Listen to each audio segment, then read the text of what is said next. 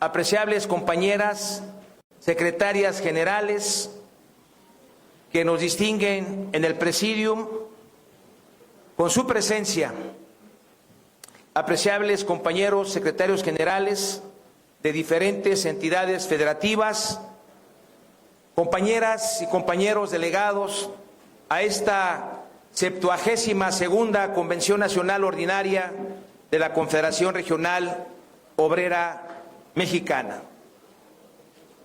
Desde el día de ayer hemos estado analizando y tocando temas muy importantes, temas muy trascendentes para la vida de la clase trabajadora.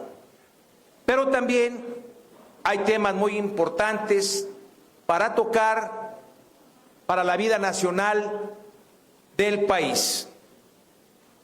Y lo tenemos que hacer porque es nuestra obligación como dirigentes, como representantes sindicales, de orientar, de exponer y que cada quien analice, reflexione, piense para desarrollar una acción directa en los próximos comicios electorales. Yo les dije que les iba a decir mi posición política. Voy a hacer una brevísima historia. Yo, siendo un estudiante universitario, cuando llegué a la Facultad de Jurisprudencia de la Universidad Autónoma del Estado de México, allí estudiábamos hijos de campesinos, hijos de la clase media, y entonces había también un modelo de aspiración de muchos jóvenes, aspiraciones que hoy están canceladas para muchos jóvenes que no saben cuáles son sus motivaciones para poder ser profesionistas o para poder salir adelante. En ese orden de ideas, yo pensaba en aquel entonces darme de alta y militar en el PMT, Partido Mexicano del Trabajo. Ese Partido Mexicano del Trabajo me atraía porque en él estaban los fundadores, luchadores de verdad. Estaba Demetrio Vallejo Campa, que había sido el dirigente de los ferrocarrileros y por una huelga nacional fue enviado a Lecumberri a la cárcel. Junto con Demetrio Vallejo estaba también, Valentín Campa. Y también Valentín Campa fue a parar a Lecumberri por querer hacer cambios sociales en el país. En ese mismo partido lo fundó Heberto Castillo, el ingeniero Heberto Castillo, un luchador del movimiento del 68 y que también estaba en Lecumberri por ser luchadores sociales. Eso es ser un luchador social, que no importando a veces hasta perder la libertad personal, sea uno consecuente con sus ideas y tenga que llevarlas hasta el último de los extremos. Por eso es que yo tenía esa tendencia de participar en el Partido Mexicano de los Trabajadores. Sin embargo, como dicen, donde manda capitán no gobierna marinero, por una directriz de mi padre, don Rodolfo González Martínez, que fue secretario del Interior del Comité Central de la CROM con don Antonio J. Hernández y secretario de la Federación, en la cual yo soy secretario en este momento del Exterior. Esa es mi base, la Federación Nacional de Sindicatos Unidos CROM de la República Mexicana. Me dijo, no, yo soy candidato a diputado federal, ya había sido regidor, soy candidato a diputado federal por el PRI y entonces te tienes que afiliar al PRI. Y me afilié al PRI porque muchos de nosotros o muchos de ustedes también tienen esa afiliación porque venía de familia, porque muchos de nosotros vimos a nuestro padre y a nuestra madre ir a mítines del PRI, pero cuando el PRI estaba construyendo este país y de él surgieron todas las instituciones que les acabo de mencionar. Esas instituciones de la vivienda, del Seguro Social, vienen de gobiernos que estuvieron en el PRI. Pero también hay que reconocer que ese es un devenir social, que los gobiernos que han estado tendrían la obligación de crear instituciones para los trabajadores. Y entonces milité en el Partido Revolucionario Institucional, fui diputado federal en la 58ª legislatura y volví a ser candidato a diputado federal por una recomendación y perdí la elección. Y no me da vergüenza decir que perdí la elección, porque en mi vida siempre he aprendido a ponerle el mejor y el mayor esfuerzo a las cosas. Y si no se logran, pues no fue porque yo haya dejado de poner mi mejor esfuerzo, sino porque las circunstancias no me ayudaron.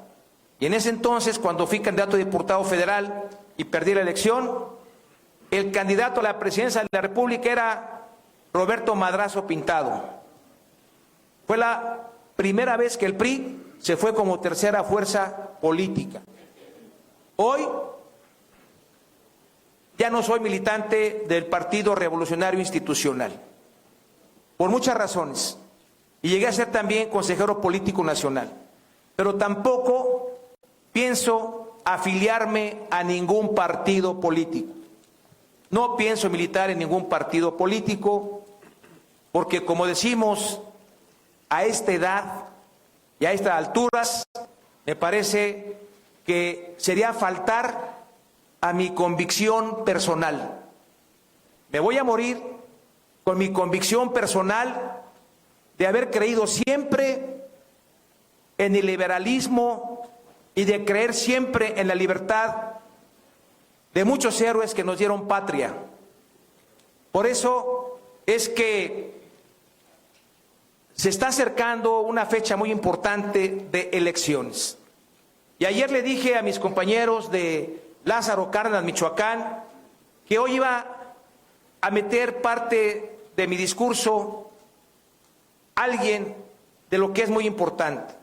Y por eso estudié la maestría en Derecho Constitucional, porque la Constitución es y será la carta magna de todos los mexicanos. Porque además, sobre la Constitución, nada ni nadie, ningún poder, ni el Ejecutivo, ni el Legislativo, ni el Judicial, están por encima de la Carta Magna. Los tres poderes son iguales. Y ese origen viene precisamente del más grande nacionalista que ha dado este país. El más grande combatiente de la independencia de México. Y me refiero de un michoacano nacido en Morelia, llamado José María Morelos y Pavón.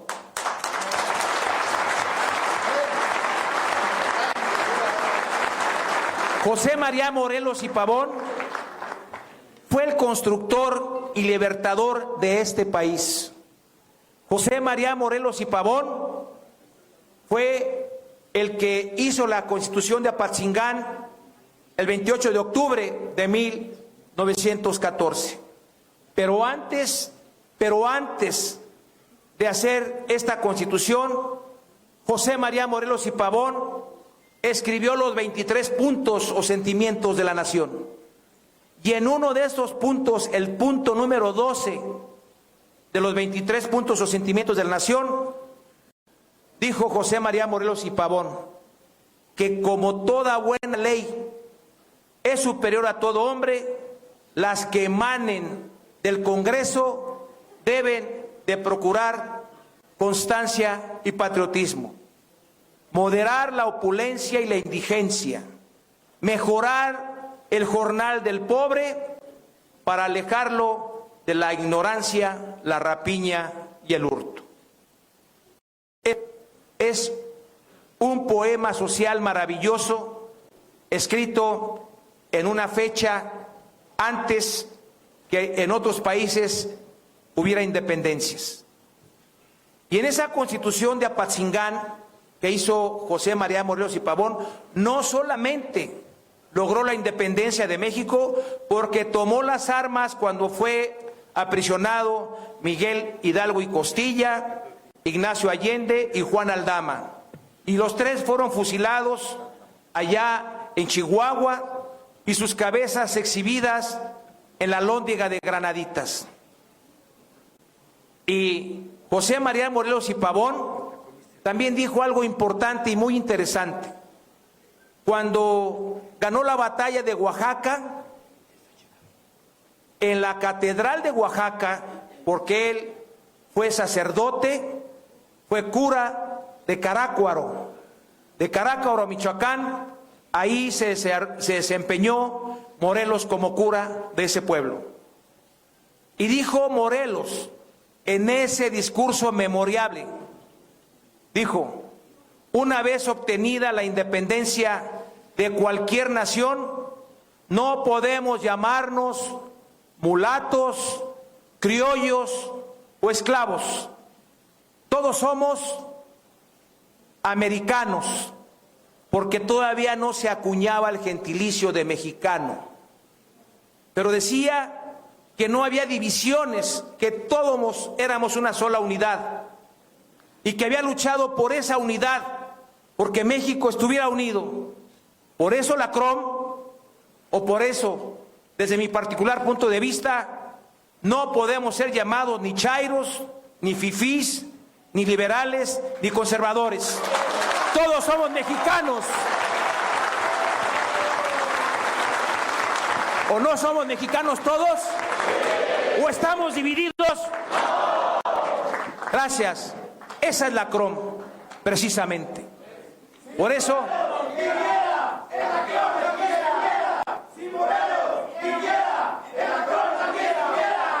Yo estoy seguro que sí. Si estuviera aquí Morelos, estaría con nosotros. Y entonces en esa Constitución de 1924 de Apatzingán, Morelos, fíjense, construyó nuestra nación libre, pero aparte de que construyó nuestra nación libre, lo hizo con división de poderes. Creó el poder judicial, el poder legislativo y el poder ejecutivo, para que existiera precisamente un equilibrio de fuerzas y contrapesos, y cuando un poder quisiera estar por encima del otro, los otros dos lo frenaran. Por eso es que, a pesar de que había un grupo de conservadores en el grupo de Morelos, querían que nuestra Constitución fuera como la de España, una Constitución monárquica. Y Morelos les dijo: no, porque estamos quitando un monarca, no vamos a poner a otro monarca. Cuando se quita a Fernando VII, y en la noche del 16 de septiembre, no del 15 de septiembre, en la madrugada del 16 de septiembre, lanza el grito de independencia el cura Hidalgo. La primera frase que dijo Hidalgo, dijo: ¡viva Fernando VII! ¡Mueran los gachupines! Entonces, quería decir que Hidalgo pensaba también en una república monárquica. En ese tiempo ya no gobernaba Fernando VII en España, gobernaba Pepe Bonaparte, hermano de Napoleón Bonaparte. Entonces, Morelos les dijo: no, México no puede seguir siendo un país monárquico. Y por eso, cuando se constituye el constituyente, valga la redundancia, se integra el constituyente para formalizar la Constitución, le nombran Su Alteza Serenísima. Dice: no, Yo no soy Alteza Serenísima, yo soy simplemente el siervo de la nación. Por eso Morelos es el siervo de la nación, no por otra cosa, porque su humildad, pero su gran estatura de idealista logró nuestra independencia. Por eso no podemos vivir separados. Yo vengo luchando desde hace 40 años o más porque existiera un país de instituciones y logramos hacer el IFE o INE y logramos hacer el IFAI para que existiera una transparencia en los gastos del gobierno. Pero mientras no haya transparencia en los gastos de gobierno, no se está respetando a la Constitución. Cuando se habla mal de los ministros de la Suprema Corte, no se está respetando la división de poderes. Cuando se gobierna en la Cámara de Diputados sin cambiar una coma o un punto a un proyecto de un presidente, tampoco se está respetando la división de poderes. Hace poco hemos participado en 2 marchas, una para defender el INE, para que las votaciones sigan siendo libres, para que las votaciones las maneje un instituto. Yo quisiera preguntarles cómo llegaron todos los que están en la presidencia, en las senadurías, en las gubernaturas, en las diputaciones. ¿Qué no fueron calificadas sus votaciones por el INE? Entonces, ¿funciona el INE o no funciona el INE? Entonces, ¿por qué ahora lo queremos quitar? ¿Por qué queremos quitar el INE? ¿Y por qué queremos desaparecer las 300 juntas auxiliares del INE? ¿Por qué se pretende regresar el sistema electoral para que lo maneje Gobernación, cuando lo sacamos de Gobernación a un instituto? Eso es lo que no debemos de permitir. Yo abracé la idea de esta administración, pero pues lamentablemente hay muchas cuentas pendientes, no solamente para el movimiento obrero, para los trabajadores, hay cuentas pendientes para la ciudadanía también. Y cuando llegó Andrés Manuel López Obrador, a mí me hubiera gustado que hubiera abierto las puertas del Palacio Nacional, las ventanas del Palacio Nacional, y hubiera salido al Zócalo para expresar lo que expresó Inácio Lula da Silva en Brasil cuando ganó esta última elección, que a pesar que estuvo en la cárcel Luis Inácio Lula da Silva, volvió a llegar a la presidencia de Brasil. Y les voy a decir algo que a lo mejor lo ignoran. Luis Inácio Lula da Silva fue obrero, surgió del movimiento obrero. Él viene de la CUT, él fue trabajador metalúrgico. CUT es la central única de trabajadores de Brasil. Y cuando gana Luis Inácio Lula da Silva las elecciones de Brasil, habló para todo el pueblo de Brasil y dijo: necesito de los campesinos, necesito de los obreros, necesito de los maestros, necesito de los intelectuales, necesito de los servidores públicos, necesito de todos los brasileños, la unidad nacional para hacer de este país un país grande. Y a mí me hubiera gustado que mi presidente lo hubiera dicho, pero no fue así. Y nos dividimos en chairos y fifís. Por eso, compañeras y compañeros, este 2 de junio se van a definir 2 proyectos de nación en este país. No dejamos de reconocer que hubo avances en el sector obrero, que hubo avances en el aumento salarial, que hubo avances en quitar la subcontratación, pero la subcontratación, el outsourcing, también fue una presión social de muchos organismos sindicales. Y su central, la Confederación Regional Obrera Mexicana, aquí está Marcelino, está David Telles, está José Alfredo, está Taira Alejandra González Vaca, que tomamos la tribuna de la Conferencia Internacional de la OIT, y ahí la CROM expuso que estábamos en contra del outsourcing en México porque precarizaba las condiciones de la clase trabajadora, porque los patrones, cuando crearon esta figura perversa, fue para no dar utilidades, pero después les salía mejor no pagar seguro social, ni pagar Infonavit, ni pagar SAR, y entonces estaba viviendo un esclavismo del siglo XXI. Y la CROM se opuso, y la CROM lo señaló, igual que muchas organizaciones que el día de ayer vinieron, y se quitó el outsourcing.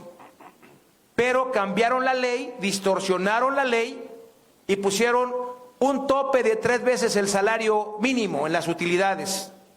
Eso no debió de haber ocurrido, porque nos debieron de haber dejado las utilidades que generaran los trabajadores por su fuerza de trabajo en los centros de trabajo, pero no lo hicieron así. Eso fue, dijeron, no, vamos a dar 3 años retroactivamente, o sea, un promedio de los últimos 3 años o un tope de 3 meses. Y que nos digan los compañeros estibadores que están aquí si no han tenido problemas para sus utilidades, porque les quieren pagar menos de lo que merecen. O los compañeros azucareros también les limitaron sus utilidades. Por eso, para concluir, y no aburrirles con mi plática, porque ya están durmiendo algunos, ya están cansados, ya están cansados.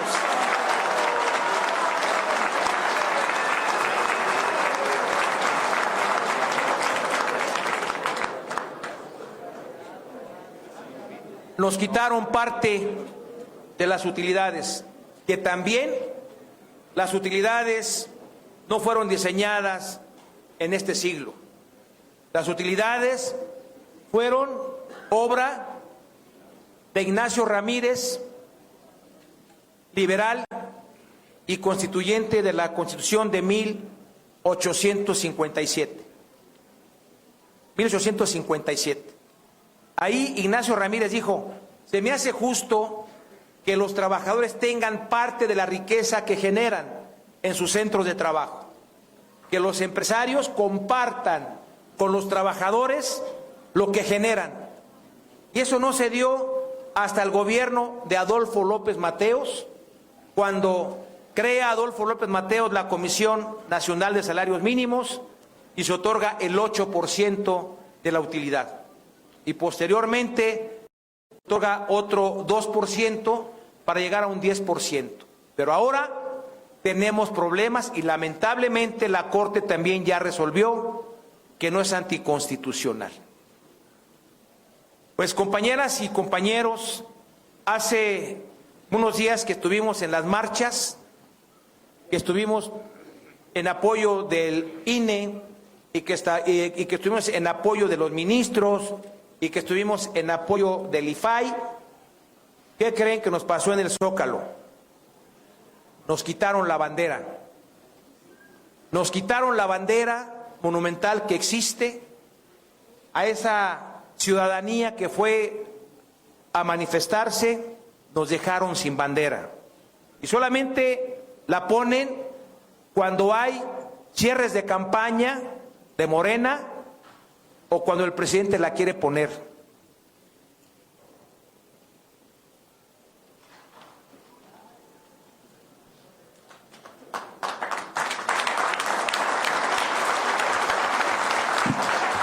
Pero esta bandera es de todos los mexicanos.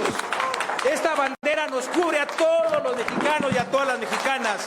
¡Viva la bandera nacional! ¡Viva México!